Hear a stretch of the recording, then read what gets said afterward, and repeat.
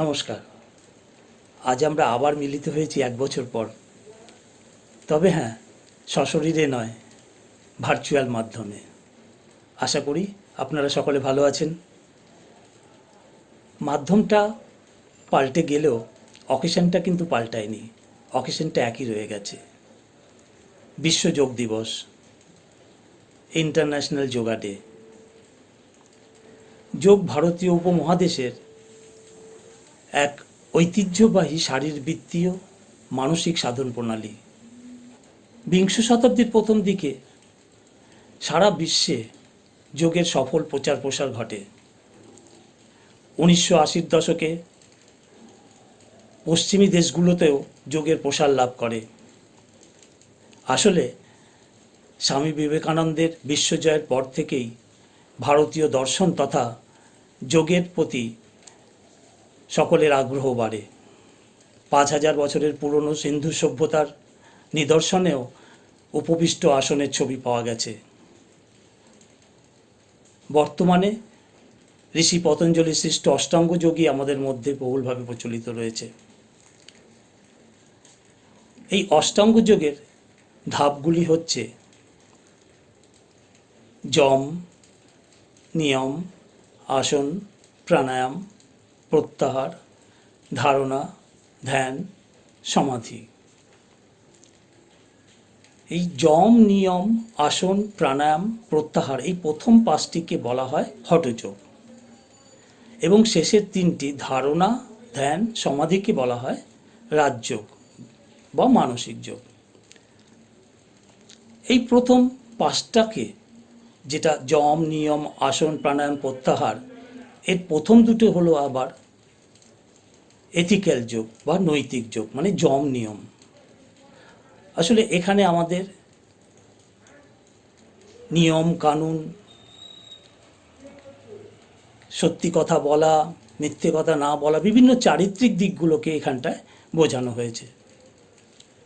তারপরে আসন, প্রাণায়াম, প্রত্যাহার, এটা হচ্ছে দৈহিক যোগ বা ফিজিক্যাল যোগ আমাদের শরীরের জন্য। পরের 3টি ধারণা, ধ্যান, সমাধি, এগুলোকে বলা হয় মানসিক যোগ বা মেন্টাল যোগ। তবে হ্যাঁ, যোগ করতে গেলে শরীর এবং মন দুটোরই একত্রিত করা দরকার। যদি শরীর ভালো না থাকে তখন আসনে বসলে মনটাকে একত্রিত করতে পারবো না, তখন আসন করে সেই উপকারিতাটা আমরা পাই না। আবার ঠিক সেইভাবেই মন যদি ভালো না থাকে, শরীর ভালো থাকলেও আমরা মনকে এক জায়গায় নিবদ্ধ করতে পারবো না, ফলে যোগাসনের উপকারিতাটা পাওয়া যায় না। কারণ যোগের ডেফিনেশনের মধ্যেই রয়েছে দেহ এবং মনের মিলনকে বলে যোগ, দেহের সাথে আত্মার মিলনকেই বলে যোগ। সেই জন্যই শরীর এবং মন দুটোকেই ভালো রাখা প্রয়োজন। তবেই আমরা এই আসনের প্রকৃত উপকারিতাটা পাব। এখন আমি কোথা থেকে ছুটতে ছুটতে এসে আসনে বসে গেলাম, তখন সাথে সাথে আসনের উপকারিতাটা পাওয়া যায় না। মনটাকে এক জায়গায় নিয়ে আসতে হয়, তখনই আমরা এই যোগ এবং যোগাসন যেটাকে বলি তার উপকারিতাটা পাব। এ তো গেল যোগের ইতিহাসের দিক। তাহলে যোগ আমাদের শরীরে কাজ করছে কিভাবে সেটা বলি একটু। যোগের দ্বারা আমরা আমাদের শরীরে যত রকম সিস্টেম আছে, respiratory system, digestive system, excretory system, endocrine system, cardiovascular system ইত্যাদি প্রত্যেকটা সিস্টেমকে সুস্থ রাখতে পারি। আমাদের শরীরের রক্ত বহনতন্ত্রের মাধ্যমে রক্তের পরিচালনা ঠিকমতো করে দিয়ে শরীরের মধ্যে, অর্থাৎ আমি বলতে চাইছি যেটা, আমাদের শরীরে রক্তের প্রবাহটাকে সঠিকভাবে রেখে প্রভৃতি গ্রন্থিগুলোকে উজ্জীবিত করা যায়, শরীরের প্রত্যেকটি কোষকে উজ্জীবিত করা যায়, তার নারিশমেন্ট করা সম্ভব হয়, পুষ্টি বৃদ্ধি ঘটানো সম্ভব হয়। ফলে আমাদের প্রত্যেকটি অর্গ্যান তার যথাযথ কাজ করতে থাকে এবং যেখান থেকে যে উৎসেচক বা পাচক রস নিঃসৃত হওয়ার কথা সেগুলো ঠিকমতো নিঃসৃত হওয়ার ফলে আমাদের শরীরের সব তন্ত্রগুলো ঠিকমতো কাজ করতে থাকে এবং আমাদের রোগ ব্যাধিকেও দূরে রাখতে সহায়তা করে, অর্থাৎ আমাদের শরীরে ইমিউন পাওয়ারটা বৃদ্ধি পায়। বডিতে যদি আমাদের ইমিউনিটি বাড়ে তাহলে আমাদের রোগ প্রতিরোধ ক্ষমতাটাও বাড়ে, তাহলে সহজেই আমাদের রোগাক্রান্ত হওয়ার ভয়টা থাকে না। তাহলে যদি আমরা এই সিস্টেমগুলোকে সঠিকভাবে পরিচালনা করতে পারি তাহলে আমরা দেখব আমরা অনেক সুস্থ থাকতে পারছি, সহজেই ডাক্তারের কাছে যাওয়ার কোনো প্রয়োজনীয়তা থাকবে না। এর জন্য দরকার 10 থেকে 15 মিনিট সময়। সারাদিনে সকালে হোক, বিকেলে হোক, অফিস থেকে ফেরার পর, কাজ থেকে ফেরার পর, যখনই হোক আপনি 10 মিনিট থেকে 15 মিনিট একটু আসন করে নিন। এই যোগব্যায়াম যদি আপনি করেন তাহলে আমাদের প্রত্যেকটা অঙ্গ প্রত্যঙ্গকে এবং তন্ত্রসমূহকে ঠিক রাখতে পারবো। এবার আসি কিছু রোগের কথায়। দেখুন, বর্তমান যুগে সাথে তাল মিলিয়ে চলতে গিয়ে আমরা প্রত্যেকেই স্ট্রেসের সম্মুখীন হচ্ছি। এই স্ট্রেস কথাটা খুবই ছোট্ট, কিন্তু এর আকার বিশাল। এই ছোট্ট একটা স্ট্রেস থেকে আমাদের শরীরে নানা রকম রোগের সৃষ্টি হয়, যেরকম হাইপার টেনশন, হার্ট অ্যাটাক, পেটের রোগ, ইনডাইজেশন, কনস্টিপেশন, গ্যাস, অ্যাসিডিটি, আইবিএসের মতো রোগ, ইরিটেবল বাউল সিনড্রোম, বহুমূত্র, যেটাকে আমরা ডায়াবেটিস বলি, ডায়াবেটিস মেলাইটাস, আরও বহু রোগের সম্মুখীন হতে হয়। তাহলে আমরা যদি এই স্ট্রেসটাকে ঠিক রাখতে পারি তাহলে দেখব এইসব রোগগুলো আর হবে না। তবে স্ট্রেসটাকে ঠিক রাখার উপায়, এই উপায়ই হচ্ছে প্রাণায়াম, ধ্যান, ধারণা, সমাধি। তবে আমরা তো সমাধি তো এখন করতে পারবো না, আমাদের পক্ষে সম্ভব নয়। আমরা ধ্যানটাকে করতে পারবো। এই ধ্যানটা কিভাবে করব? এটাই হচ্ছে প্রাণায়াম। বিভিন্ন প্রাণায়ামের মাধ্যমে আমরা আমাদের এই স্ট্রেসটাকে দূরে রাখতে পারি। যেরকম সূর্যভেদ প্রাণায়াম, উজ্জায়ী প্রাণায়াম, শীতলী প্রাণায়াম, খেচরি প্রাণায়াম, এরকম বহু প্রাণায়াম আছে। যেই প্রাণায়ামগুলো যদি আমরা 5 মিনিট করতে পারি তাহলে আমাদের এই স্ট্রেসটাকে অনেকটাকে কন্ট্রোল করতে পারবো। আরও একটি প্রাণায়াম কীরকম আছে, সেটাকে আমরা বলি ভ্রামরী প্রাণায়াম। কানের মধ্যে এইভাবে হাত রেখে ওম এইভাবে আওয়াজটা করে সেটাকে করা হয়। তাতে কি হয়, আমাদের মস্তিষ্কে যে সকল সেলগুলো আছে সব সেলগুলো কিন্তু একসাথে কাজ করে না, অনেক সেলই ইনঅ্যাক্টিভ থাকে। সেই সেলগুলোকে অ্যাক্টিভেট করা হয় এই ভ্রামরী প্রাণায়ামের দ্বারা। সেইগুলোকে অ্যাক্টিভেট করে আমরা আমাদের চিন্তা শক্তি করার ক্ষমতাকে বৃদ্ধি করতে পারি, অতিরিক্ত কাজ করার দায়িত্বভারকে বহন করতে পারি এবং আমাদের মনের থেকে এই দুশ্চিন্তাটাকেও সরাতে পারি। ফলে আমাদের সহজেই ডিপ্রেশনে পড়তে হবে না। এই ডিপ্রেশনের হাত থেকে রক্ষা পাওয়ার প্রধান চাবিকাঠি হচ্ছে প্রাণায়াম। এ তো গেল আমাদের স্ট্রেস সংক্রান্ত কথা। এবার দেখুন, অফিসে বসে অনেকক্ষণ ধরে কাজ করছি। আজকালকার দিনে সবাই অফিসে কাজ করতে গেলে কম্পিউটারের সামনে বসতে হয়। ফলে কি হয়, দীর্ঘক্ষণ একভাবে বসে থাকার ফলে আমাদের ঘাড়ে কোমরে ব্যথা হয়, ঘাড়ের মাসলগুলো স্টিফ হয়ে যায়, কোমরের মাসলগুলো স্টিফ হয়ে যায়, রক্ত সংবহনে বাধাপ্রাপ্ত হয়, সেখানে টক্সিন ফর্মেশন করে মাসলগুলোকে স্প্যাজম করে সেখানে ব্যথা সৃষ্টি হয়। আবার দীর্ঘক্ষণ একভাবে বসে থাকতে থাকতে আমাদের শিরদাঁড়ার ঘাড়ের গঠনের পরিবর্তন ঘটে, কোমরেরও ঠিক একইভাবে গঠনগত পরিবর্তন ঘটে, অর্থাৎ ডিজেনারেটিভ চেঞ্জেস আসে। তখন আমাদেরকে কি, যদি কাজ করার সময়ের ফাঁকে ফাঁকে একটু ঘন্টা দুয়েক কাজ করলাম, তার মাঝে একটু ঘাড়টাকে একটু মুভমেন্ট করে নিলাম, কিছুই না, খুব সাধারণ, এটা আমরা কাজ করতে করতে সবাই করতে পারি। এর জন্য বাড়িতে গিয়ে যোগা ম্যাট পেতে শুয়ে বসে করতে হবে তার কোনো মানে নেই।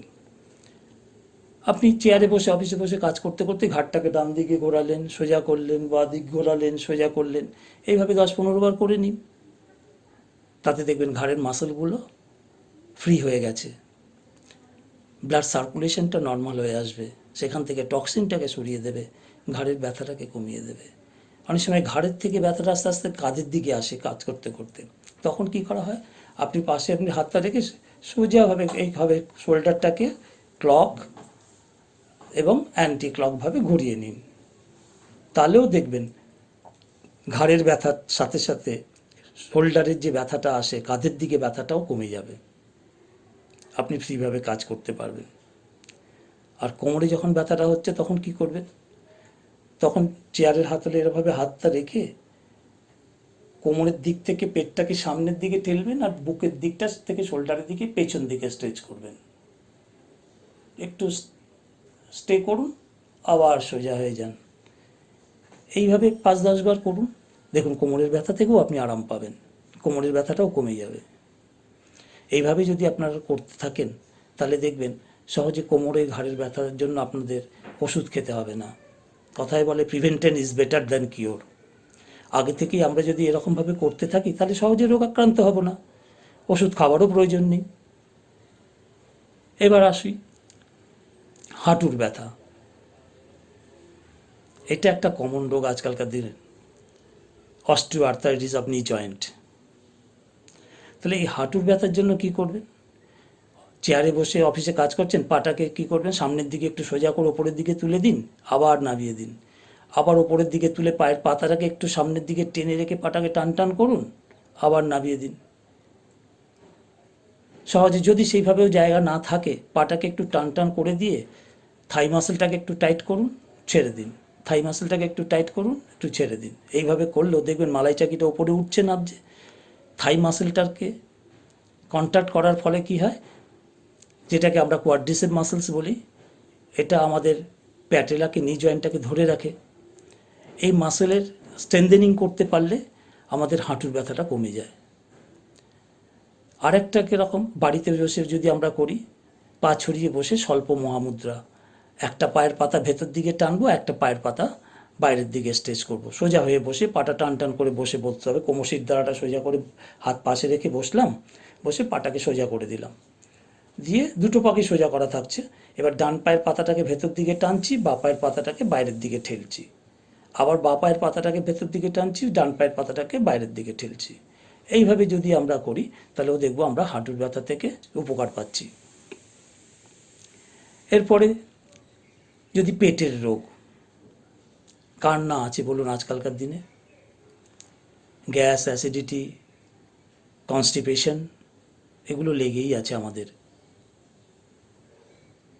তো এর জন্য কি করা যায়, আমরা ভুজঙ্গাসন করতে পারি,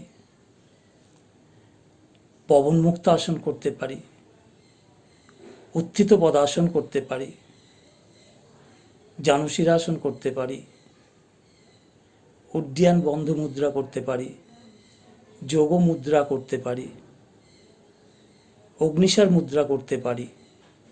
এগুলো যদি আমরা করি তাহলে আমরা পেটের গ্যাস, অ্যাসিডিটি, কনস্টিপেশন এগুলোকে দূরে রাখতে পারবো। এইগুলো আমাদের ডাইজেস্টিভ সিস্টেমের উপরে কাজ করে।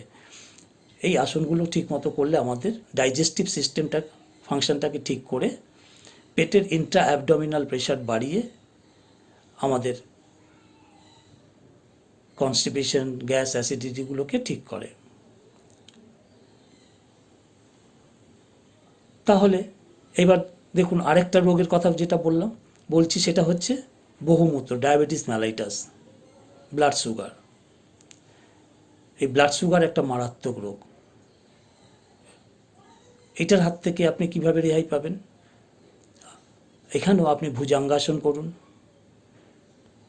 একপদ শলভাসন করুন, বা শলভাসন যারা প্রত্যেক দিন অভ্যাস করেন তারা শলভাসন করুন, পশ্চিমোত্তাসন করুন, পদহস্তাসন করুন, জানুশিরা আসন করুন, অর্ধমৎস্যেন্দ্র আসন করুন, উড্ডিয়ান বন্ধ মুদ্রা করুন। এগুলো করলে আপনি ডায়াবেটিস মেলাইটাসের হাত থেকে রক্ষা পাবেন। তবে হ্যাঁ, একটা কথা সবসময় মনে রাখতে হবে, সেটা হচ্ছে এই আসন করার আগে একজন যোগ্য প্রশিক্ষকের প্রয়োজন হয়। তার কারণ দেখুন, আমরা জানি যে গ্যাস, অ্যাসিডিটি, কনস্টিপেশনের জন্য পবন মুক্তাসন প্রয়োজন। পবন মুক্তাসন করলে এর থেকে উপকার পাওয়া যায়। পবন মুক্তাসনের কথাটা থেকেই বুঝতে পারছি, পবন মুক্ত করে যে আসন, অর্থাৎ অ্যান্টি ফ্ল্যাটাস পশ্চার বা উইন্ড ফ্রি পশ্চার।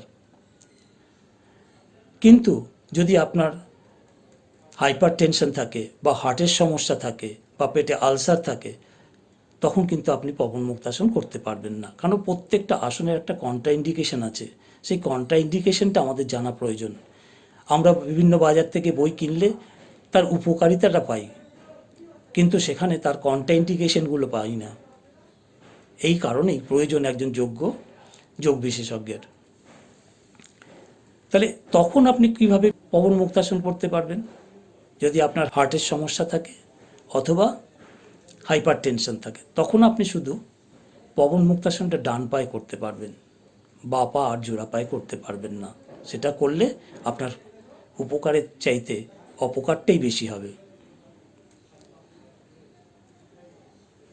ঠিক সেইভাবে আপনার ডায়াবেটিস আছে, অথচ আপনি পশ্চিমোত্তাসন করলেন,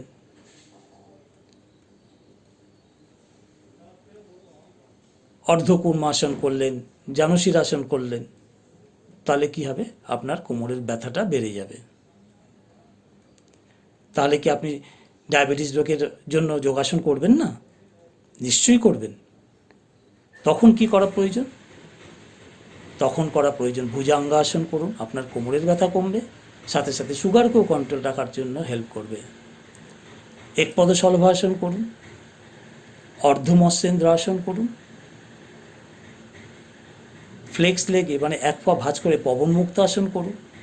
এই সব আসনগুলো আপনার কোমরের ব্যথার জন্য যেমন উপকারী, ঠিক সেরকম ডায়াবেটিসের জন্য উপকার। তাহলে বুঝতেই পারছেন যে কেন একজন যোগ্য যোগ বিশেষজ্ঞের প্রয়োজন আছে। এইভাবে আপনারা যদি প্রত্যেক দিন 10 থেকে 15 মিনিট একটু যোগাসনের জন্য সময় বার করেন, তাহলে মুড়ি মুরগির মতো ওষুধ খেতে হবে না। কারণ দেখুন, আমাদের জীবনটার শুরু থেকে শেষ সবটাই হচ্ছে যোগ। আমরা যখন জন্মগ্রহণ করি তখনও যোগ, যখন শেষ নিঃশ্বাস ত্যাগ করছি তখনও যোগ। কিরকম?